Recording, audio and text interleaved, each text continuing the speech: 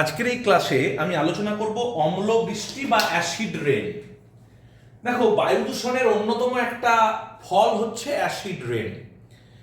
বিভিন্ন কলকারখানা এবং বিভিন্ন প্রাকৃতিক উৎস বা যানবাহনের কারণে তাদের থেকে যে দূষণগুলো হয়, দেখো কলকারখানা থেকে মূলত SO2, NO2, বিভিন্ন ক্লোরিন জাতীয় যৌগ এগুলো নির্গত হয়। যানবাহন থেকেও বিভিন্ন নাইট্রোজেনের অক্সাইড নির্গত হতে পারে, কার্বন ডাইঅক্সাইড নির্গত হতে পারে। তাহলে যানবাহন থেকে দেখাচ্ছি CO2, NO2, N2O এগুলো নির্গত হতে পারে, এখানেও তাই। তো এই যানবাহন থেকে কিংবা কলকারখানা থেকে যে সমস্ত এই ধরনের দূষক বেরোয়, SO2, NO2, H2O, এগুলো বাতাসের জলীয় বাষ্পর সাথে বিক্রিয়া করে বৃষ্টির সাথে বা তুষারের সাথে বা শিশিরের সাথে H2SO4 মানে তোমার সালফিউরিক অ্যাসিড, HNO3 মানে নাইট্রিক অ্যাসিড, HCl মানে হাইড্রোক্লোরিক অ্যাসিড কিংবা কার্বনিক অ্যাসিড, এই সমস্ত অ্যাসিড হিসাবে বৃষ্টির সাথে অনেক সময় ঝরে পড়ে।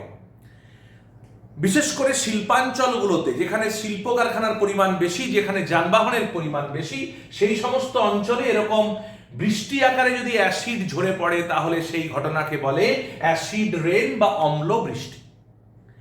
তাহলে এর সরাসরি কারণ হচ্ছে কলকারখানার দূষণ, যানবাহনের দূষণ। এছাড়া আগ্নেয়গিরির অগ্নুৎপাত থেকে, ফসিল ফুয়েল বা জীবাশ্ম জ্বালানির দহনের থেকে যে ধরনের কার্বন ডাইঅক্সাইড, নাইট্রোজেন ডাইঅক্সাইড বা সালফার ডাইঅক্সাইড ইত্যাদি গ্যাস বাতাসে মেশে যে বায়ু দূষণ হয়, সেই বায়ু দূষণের অন্যতম একটি সমস্যা হচ্ছে অ্যাসিড রেন। এবার প্রশ্ন হচ্ছে যে কি করে সেগুলো তৈরি হয়। দেখো, আমি কয়েকটা বিক্রিয়া এখানে দেখিয়েছি। SO2 সালফার ডাইঅক্সাইড যদি বাতাসের OH এর সাথে বিক্রিয়া করে তাহলে HOSO2 তৈরি করে। HOSO2 অক্সিজেনের সাথে বিক্রিয়া করে HO2 এবং SO3 তৈরি করে।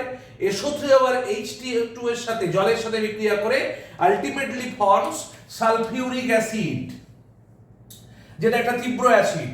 কিংবা নাইট্রোজেন ডাইঅক্সাইড H2O এর সাথে বিক্রিয়া করে নাইট্রিক অ্যাসিড বা নাইট্রাস অ্যাসিড তৈরি করতে পারে। নাইট্রোজেনের অন্যান্য অক্সাইডও তৈরি করতে পারে, N2O ইত্যাদি। আবার H2O এর সাথে ক্লোরিনের বিক্রিয়ায় HCl হাইড্রোক্লোরিক অ্যাসিড তৈরি হতে পারে।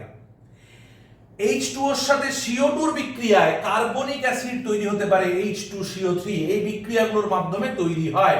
তাহলে মূলত চারটে অ্যাসিড, H2SO4 মানে সালফিউরিক অ্যাসিড, HCl মানে হাইড্রোক্লোরিক অ্যাসিড, HNO3 বা HNO2 যে কোনো একটা অ্যাসিড, কিংবা H2CO3। তো এই ধরনের অ্যাসিডগুলি যদি বৃষ্টির সাথে ঝরে পড়ে সেটাকেই আমরা বলছি অ্যাসিড রেন বা অম্ল বৃষ্টি। এবার অম্ল বৃষ্টি স্বাভাবিকভাবে এটা একটা বেশ বড় সমস্যা। আমি বলছিলাম যে শিল্প কারখানা যে অঞ্চলে বেশি আছে, যেখানে যানবাহন প্রয়োজনের তুলনায়ও বেশি চলে, বড় বড় মেট্রোপলিটন সিটি বিশেষ করে, সেখানে অ্যাসিড রেনের ঘটনা লক্ষ্য করা যায়। যেমন ভারতবর্ষের দিল্লি, তার সারাউন্ডিং এরিয়াতে, নয়ডা, মুম্বাই, এই সব অঞ্চলে মাঝে মাঝে অ্যাসিড রেন দেখা গেছে। কিংবা বিদেশেরও বেশ কিছু বড় বড় শহরে যেখানে প্রচুর পরিমাণে শিল্প কারখানা রয়েছে, সেখানে এই অ্যাসিড বৃষ্টির ঘটনা দেখা দিচ্ছে। তাহলে অ্যাসিড বৃষ্টি কি করে হয়, কেন হয়, সেটা আমরা দেখলাম। কিন্তু সবচেয়ে বড় সমস্যা, অ্যাসিড বৃষ্টির প্রভাবে কি সমস্যা তৈরি হচ্ছে, সেই সমস্যাগুলো নিয়ে আমি একটু আলোচনা করি। দেখো, প্রথম, অ্যাসিড মানেই বুঝতে পারছো যে তার পিএইচ এর উপরে, পিএইচ হচ্ছে আমরা acid indicator, power of hydrogen, অর্থাৎ মাটির পিএইচ মাত্রা, জলের পিএইচ মাত্রা উপর সেটা একটা প্রভাব বিস্তার করবে, এই বিষয়ে কোনো সন্দেহ নেই। তাহলে প্রথম যে পয়েন্ট আমি দিয়েছি, মাটির পিএইচ এবং উর্বরা শক্তি কমে যায়, মাটির অর্থাৎ মাটি অ্যাসিডিক হয়ে যাবে। পিএইচ অর্থাৎ মাটিতে যদি অ্যাসিড বৃষ্টি পড়ে তাহলে মাটির যে নরমাল পিএইচ আছে, মাটির যে নরমাল পিএইচ সেটা খানিকটা প্রশম বা একটু ক্ষারীয়র দিকে, তাতে উর্বরা শক্তি বেশি হয়। তাহলে সেখানে যদি রেগুলারলি ওরকম অ্যাসিড বৃষ্টি হয় তাহলে মাটির উর্বরা শক্তি কমে যাবে, সেখানে শস্যের ক্ষতি হবে, সেখানে অরণ্যের ক্ষতি হবে। এছাড়া যদি সরাসরি অরণ্য বা উদ্ভিদের উপর পড়ে, উদ্ভিদের পাতার উপর পড়ে, তাহলে দেখা গেছে যে সালোক সংশ্লেষের হার কমে যায়। এই পিএইচ যদি সরাসরি পাতার উপর পড়ে তাহলে পাতার পত্ররন্ধ্র ক্ষতিগ্রস্ত হয়, উদ্ভিদ যে পরিবেশ থেকে কার্বন ডাইঅক্সাইড গ্রহণ করে এবং অক্সিজেন ত্যাগ করে সেটাতেও সমস্যা তৈরি হবে। সালোক সংশ্লেষ যেমন ভাবে ব্যাহত হবে, তার বাষ্পমোচন এবং অন্যান্য যে সমস্ত শারীরবৃত্তীয় প্রক্রিয়া তার উপরও উদ্ভিদের উপরে প্রভাব পড়বে। এছাড়া জলাশয়ের যে যদি পিএইচ কমে যায়, যদি কোনো জলাশয়ের উপরে এরকম অ্যাসিড বৃষ্টি হয়, তাহলে জলাশয়ও অ্যাসিডিক হয়ে যাবে জলটা। সেখানে স্বাভাবিকভাবেই জলজ জীবের সমস্যা হবে, ওখানে জলজ জীবদের বেঁচে থাকার পক্ষে সমস্যা সৃষ্টি হবে। এবং খুব বেশি পরিমাণে যদি অ্যাসিড রেন হয়, তাহলে জলাশয়ে যে সমস্ত জলজ উদ্ভিদ বা জলজ প্রাণী রয়েছে তাদের মৃত্যু অবধারিত। জলাশয়ে যে মাছ আছে বা অন্যান্য যে সমস্ত জীব আছে তাদের মৃত্যু ঘটতে পারে। এরপর আসি মানুষের স্বাস্থ্যের ক্ষতি। এই অ্যাসিড বৃষ্টি যদি জনবহুল এলাকায় হয়, তাহলে সরাসরি সেটা মানুষের উপর একটা খুব খারাপ ইম্প্যাক্ট ফেলে। কি হয়? মানুষের বিভিন্ন ফুসফুসের রোগ, যেমন অ্যাজমা বা হাঁপানি, যেরকম ব্রঙ্কাইটিস, যেমন নিউমোনিয়া, এই ধরনের জটিল ফুসফুসের সমস্যা সৃষ্টি হতে পারে। অ্যালার্জি তৈরি হতে পারে। স্কিনের উপর যদি সরাসরি পড়ে তাহলে স্কিনে অ্যালার্জি তৈরি হতে পারে, স্কিন পুড়ে যেতে পারে, সেটাও কিন্তু একটা সমস্যার কারণ। এছাড়া চোখের সমস্যা, চোখে যদি এই বাতাসে যখন জলীয়বাষ্পের মধ্যে নামবে কিংবা শিশিরের মধ্যে, কুয়াশার মধ্যে অনেক সময় তো এই অ্যাসিড রেন থাকে, তাহলে সেটা ওই রকম জায়গায় যদি আমরা যাই যেখানে কুয়াশার মধ্যে অ্যাসিড খানিকটা আছে, তাহলে তাতে চোখের সমস্যা, আমাদের ত্বকের অ্যালার্জি, এগুলো অবধারিত।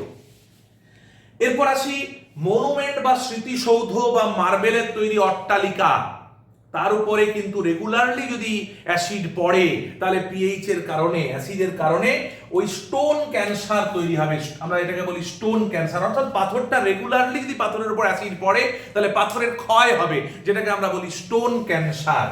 তাহলে পিএইচ মাটির বা জলের বা এরকম কোনো কিছুর উপরেই যদি তার পিএইচটা ক্ষতিগ্রস্ত হয়, তাহলে তাদের বৃদ্ধি এবং তাদের অন্যান্য শারীরবৃত্তীয় কাজকর্মের সমস্যা হবে।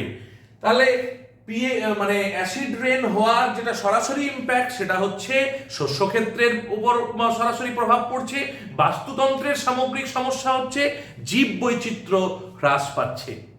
তাহলে আজকের ক্লাসটা থেকে আমরা অম্লবৃষ্টি কেন হয়, অম্লবৃষ্টির মানে কিভাবে সংগঠিত হয় তার বিক্রিয়াগুলো দেখলাম, এবং সর্বোপরি অম্লবৃষ্টির প্রভাব সম্পর্কে জানলাম।